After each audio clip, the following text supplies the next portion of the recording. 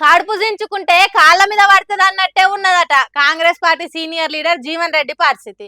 మా బాధలు చెప్పుకుంటే చరిత్రలు అయితాయి, రాసుకుంటే గ్రంథాలు అయితాయి. ఏందయ్యా మాకు ఈ గతి పట్టించిండ్రు అన్నట్టు మంత్రి అడ్లూరి లక్ష్మణ్ ను నిలబెట్టి అడుగుతున్నాడు. ఇనుండ్రోసారి వాడిపడు సార్ అంటున్నా. 10 ఏళ్ళు ఏదైతే మమ్మల్ని అరిగోత పెట్టుకుని ఏది ఇస్తుందో ఇవాళ మళ్ళీ ఏది ఇస్తున్నదో మళ్ళీ మాది పెత్తనం చేస్తా.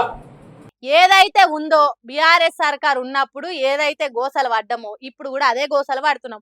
మా మాటకి ఇలవలేదు, మేము చేయమన్న పనులకు నిధులు లేవు, ఇక ఎందుకు కాంగ్రెస్ ప్రభుత్వం ఉండి అన్నట్టు అడుగుతున్నాడు. చెప్తా, మీరు అభివృద్ధి చేయరా, మీరు మంజూరు చేయరా? మీరు అట్లా సిద్ధాంతం పెట్టుకున్నారా? ఓన్లీ పార్టీ ప్రేమితాన్ని చెప్తే నేను పని చేస్తా అని చెప్పని పెట్టండి, బోర్డు పెట్టండి. పార్టీ ఫిర్యాదుదారులకి అవకాశం, ప్రతిపాదన అట్లయినా కాంగ్రెస్ పార్టీ పెట్టుకున్నది ప్రభుత్వం. Jagtial MLA Sanjay BRS party నుంచి కాంగ్రెస్ పార్టీ జీవన్ రెడ్డి మీదనే గెలిచిండు. అట్లా గెలిచినోడు తర్వాత కాంగ్రెస్ పార్టీలో ఏరిండు. ఆగో అప్పటి నుంచి జీవన్ రెడ్డికి కడుపు కుమ్మరి వామి తీరుగా గుమ్ములుతున్నదట. ఒక్కటే పార్టీలున్నా నువ్వెంత అంటే నువ్వెంత అన్నట్టే ఉంటున్నాడట. అందుకే జీవన్ రెడ్డి మాటను జగిత్యాలలో చెల్లకుండా చేస్తున్నాడట. ఇక మంత్రి అడ్లూరి లక్ష్మణ్ ను గీ తిరిగా నిలదీస్తున్నాడు. అందుకే పార్టీ ఫిరాయించి కాంగ్రెస్ పార్టీలకు వచ్చిన వాళ్ళకే పెద్ద పీటేస్తారా, అట్లేమన్నా బోర్డు పెట్టుకున్నారా అని గద్దించి అడుగుతున్నాడు. ఏంటి మీరు పార్టీ ఫిరాయించిన చెప్తే అభివృద్ధి చేస్తే తప్ప మీరు చెప్తే చేయరా? అంటే మాకు కనీసం ప్రతిపాదించే ఆలోచన లేదా సార్? మాకు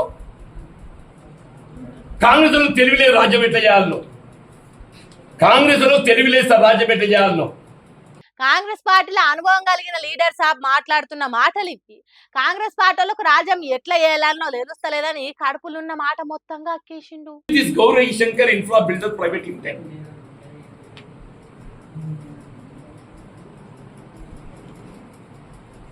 మున్సిపాలిటీలో వర్క్ వచ్చినా వాడే చేయాలి, వాటర్ వర్క్స్ వర్క్ వచ్చినా వాడే చేయాలి, గోదాం వచ్చినా వాడే చేయాలి.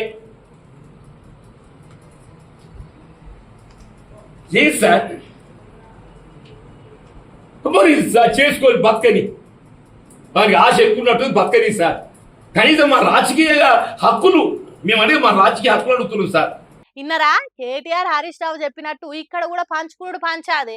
వాడెవడో వచ్చి ఇక్కడ పనులు చేసుడైంది, మాకు శక్తి లేదా, మేమేం పని చేయలేమా అన్నట్టు అడుగుతున్నాడు.